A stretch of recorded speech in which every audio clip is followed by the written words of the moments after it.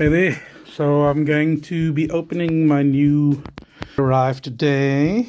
Can you guess? Can you guess? You can see there.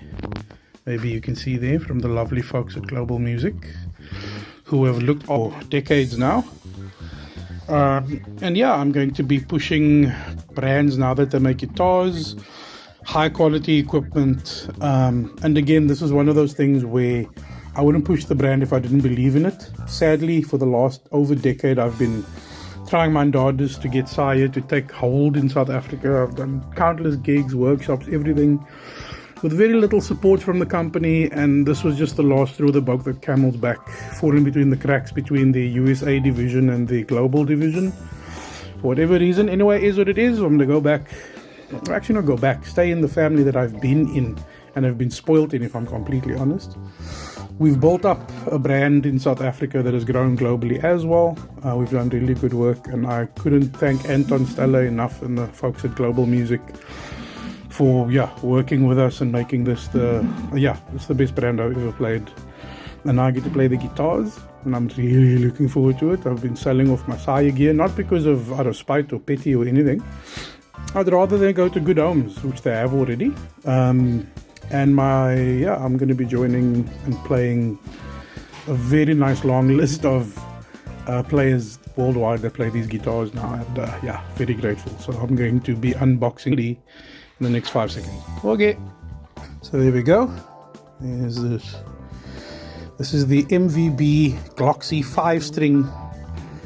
So basically, Markbass's take on a jazz bass, and in the same way that Sire was a big improvement from standard Sire Fender jazz issues like the dead fifth fret on the G string, the woolly bottom below B, and known complications. Markbass is just everything they touch turns to gold. They've got the Midas touch here, and when it came to guitars, they spared no expense. Top of the line gear, top of the line parts, proprietary stuff. And I have not even touched this guitar yet, and I'm already salivating. I've just heard so many clips and good reports. So and you know me, I'm not going to go on about something if I don't like it. If I don't like it, I will say so. So this is a little unboxing video. So there's the goodies. There's all Mark Will, there's Marco and his likeness and whatnot. Unboxing video.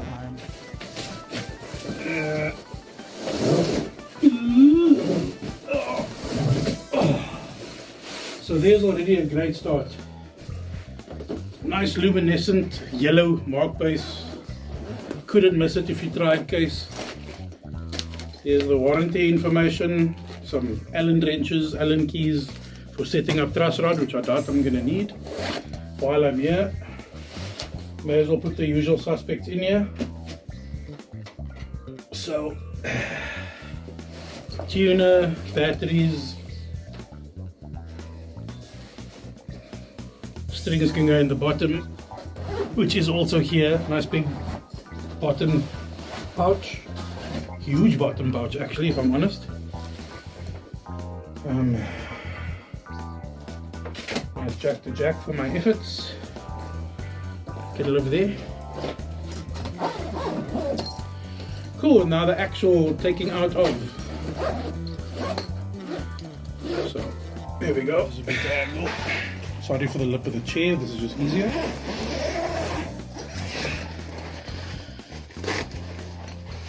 Tell me that isn't a thing of beauty. Hey?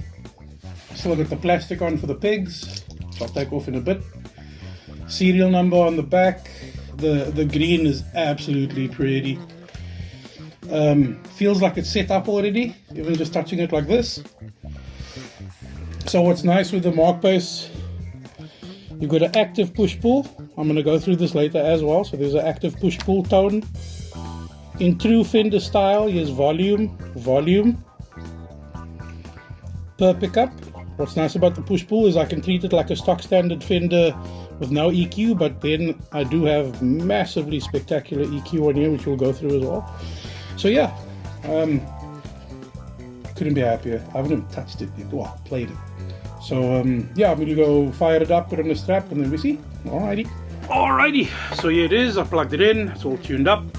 I've set up now intonation and action, so I'm still going to work on that. But okay, so here's the bass, right? Right off the bat, stuff I do like, it feels good. Action, the way I got it out the box feels good. What is a bit odd for me is the height of the neck within the bass, or the neck pocket, I think is a bit too shallow, but that's just a preference. I don't know that it's a fact. The bass is really light, but like for me, because I'm an old-fashioned fart, the heavier the bass, the better it sounds, kind of thing. So the Sire bass, I'd argue, was twice, if not 3 times as heavy as this. Again, I'm sorry for the comparison, but it's just the most recent thing. So in this regard, this bass it's a lot lighter. So this is less of a weight to carry playing long set gigs. So I'm very happy about that fact, I'm not gonna lie. The workmanship is really good. The pots are very slick, almost too slick, if that's a thing to complain about. The workmanship is great. The parts are I really, honestly, physically, I've got no issues. It uses one 9-volt battery for the preamp, which is a nice change from the 2 9-volt batteries that the Sires use. Again, just for basis of comparison, the Sire preamp also is very strong, very wide. This preamp, it's pretty good, eh? It seems to tweak in the right places. So currently, I think the output is too hot, but that's an easy fix, because all I'm going to do is take a screwdriver and just lower the pickup slightly. But the way the bass is voiced is very nice. So this bass now currently is in its passive mode, both pickups open, right? Again, I make a point of using just my phone's microphone, because again, I don't want to record through a desk and a thing, because it alters the sound. So just bear with me, maybe put on headphones, but that's about it. Again, string to string balance is nice. The G string is slightly softer. Again, I will fix that with the with a pickup height adjustment I'll do later. Generally, it's a nice full thick tone. My amp is flat.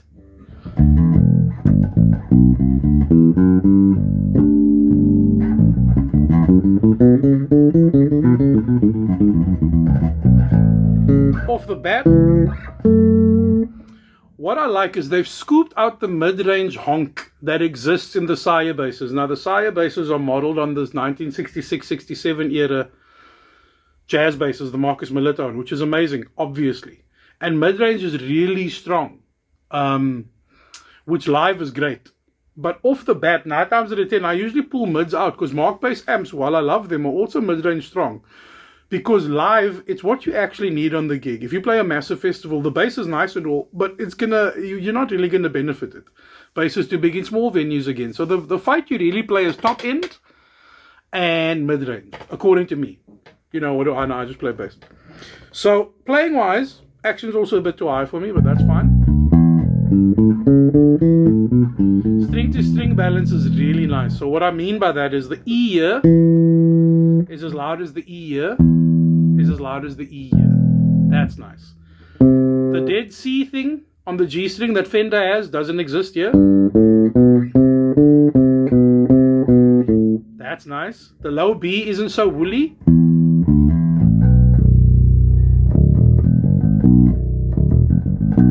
It's nice and tight actually. And the tuning doesn't shift so much like it does on Fenders. So already off the bat, very happy. If I play only front pickup, tone pot open.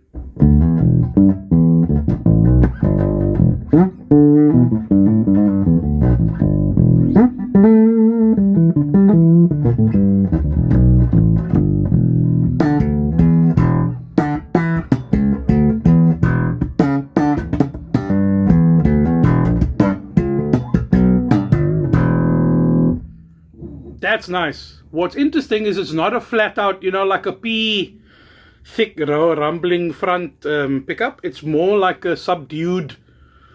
I think I like it, because it's kind of, if I'm going to work on the front pickup sound, I'm going to kind of be going for a throatier, P bassier tone. What's nice is I'm probably going to get a very nice R&B sound on this. So front pickup, tone pot closed.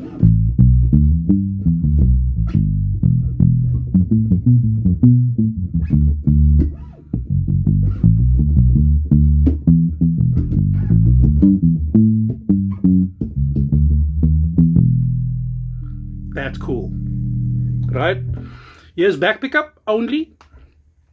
Close the front. So again, kind of a complaint, but also a great thing. It's not as honky as the back pickup should be. Like if I'm going for the Jacko thing, this doesn't quite do it. But that's actually a good thing. So I'm still getting that back pickup punch. Tight.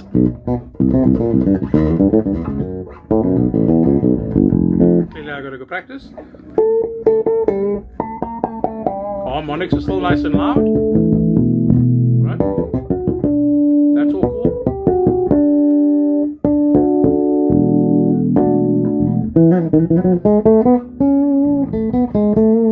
So the mid-range that it hits is a little different, but I like it. And it's not as aggressive. So this is all just passive tone stuff, right? I've not actually done. So here's middle, both pickups up.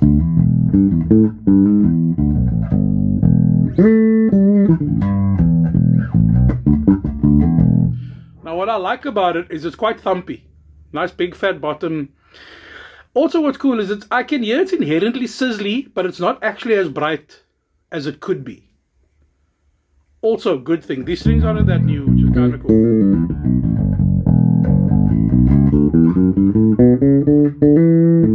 And I'm not gonna lie, I do enjoy that the string to string balance is so nice. I've only really ever had that on my MTD, which is at least 10 times the price of this thing. And a Music Man, same problem. It's really expensive. I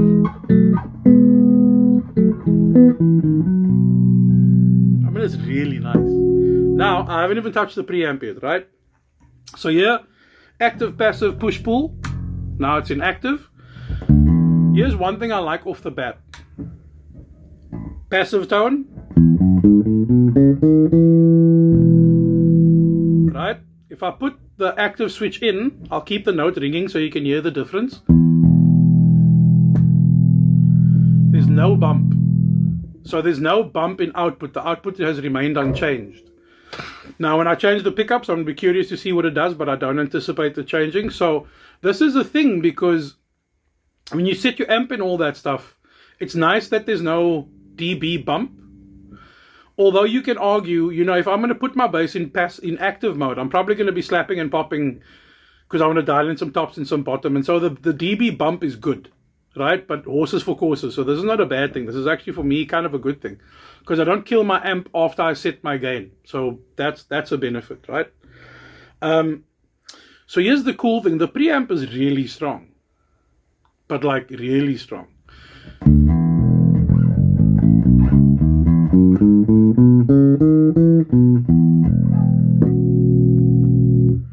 Bass up about halfway.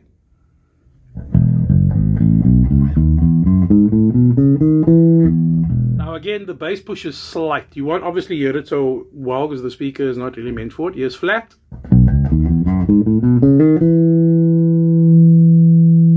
Flat out open.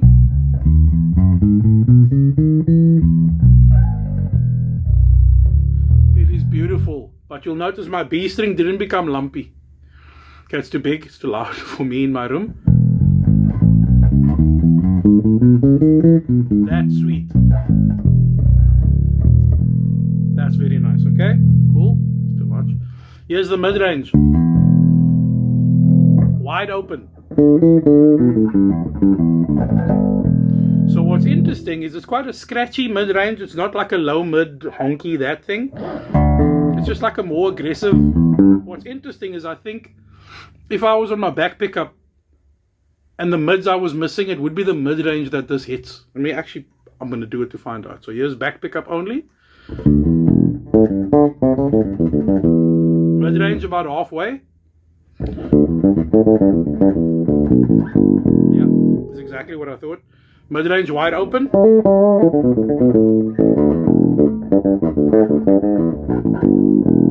Sorry, I had distortions in my amp, just busy dying a little. Okay, so far the preamp is super usable. What's nice is I'm going to crank the top end now. So here's the slap tone, right? This is, again, why you buy a jazz and a maple neck and.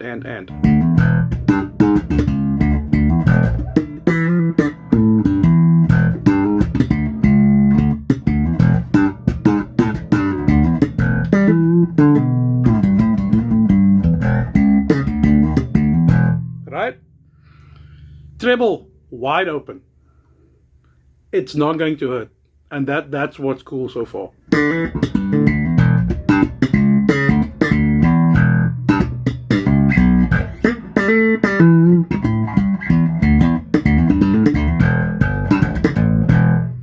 What's nice is this bass comes alive. I mean, I'm gonna crank a EQ that I like, right? A little bit of bottoms, tops open, mid-range I might drop a bit, but let's see.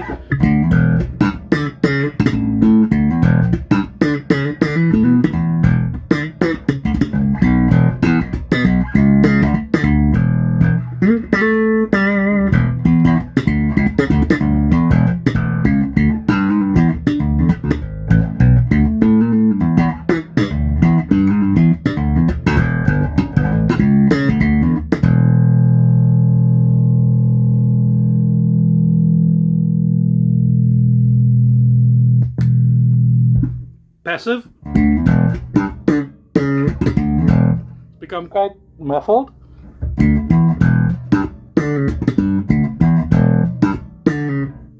Active, bass boost, treble boost, or treble wide open bass boost.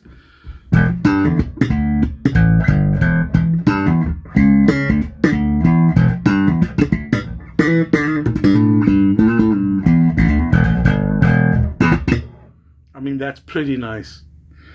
So yeah, overall, my impressions, and it's going to be stinky. Is it a Fender? No, but it was never trying to be. Is it a Saya bass, which is, in my opinion, a super high quality, very cost effective. I mean, they become pricier now, but super cost effective jazz bass, Saya bass. It's also not that. Pros and cons. Pro, this bass is light. The preamp is super tasty. Nothing hurts, nothing's too big, nothing's too wonky. Could it have had a mid-range sweep? Personally, yes. That is where I do miss the Saya. Now remember, Fenders, stock Fenders have never had it. So this is a bit of a bougie boutique problem. Another pro is the preamp doesn't have a bump on it, so there's no volume difference, right? The workmanship is great. Out the box, it's not set up, but that's fine. Every player is different, but this is a very good generic setup.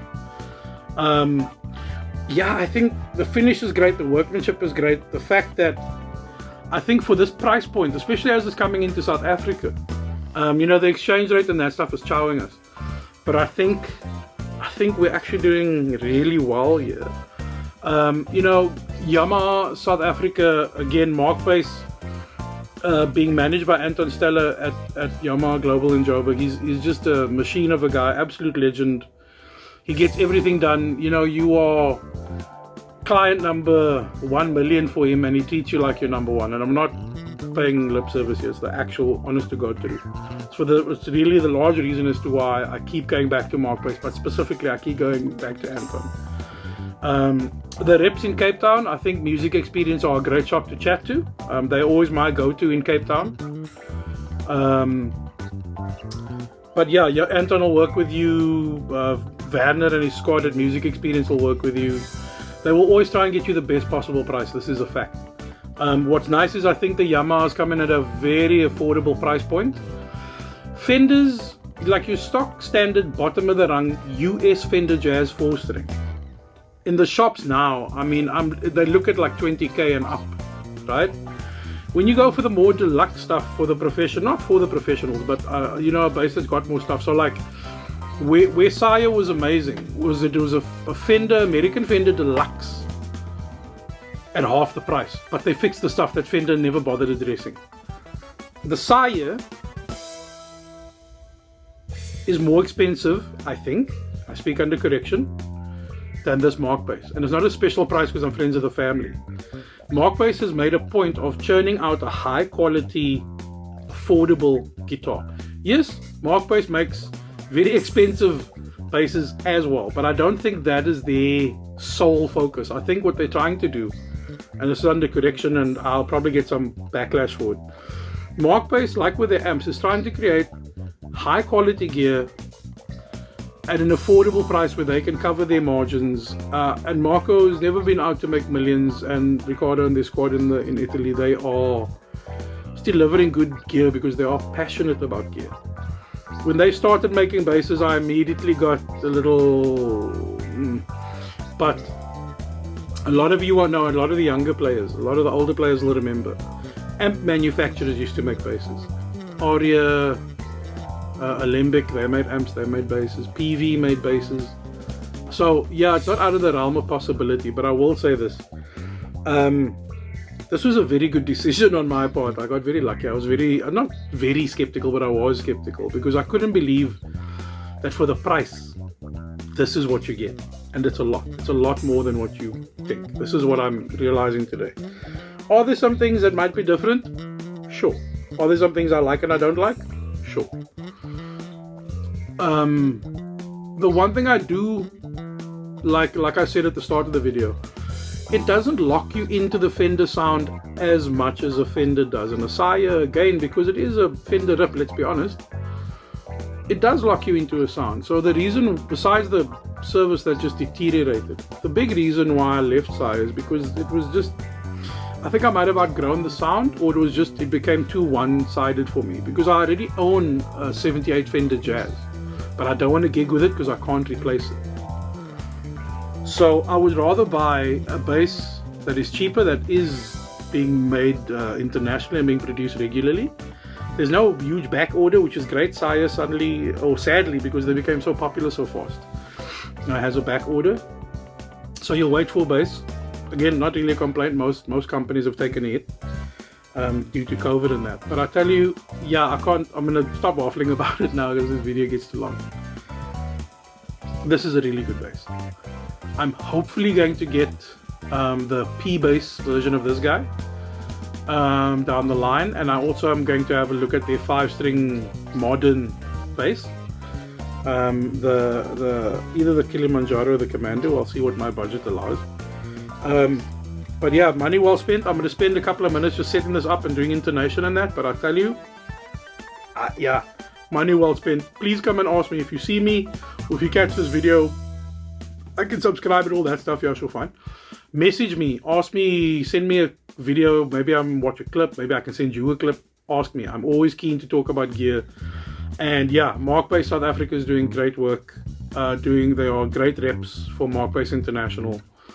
I cannot stop going on about how wonderful they are, because they really are. And in a country where service is not always first prize, yeah, these guys are golden. So yeah, again, huge thank you to Anton and the squad for having me on with Markbass for so many years.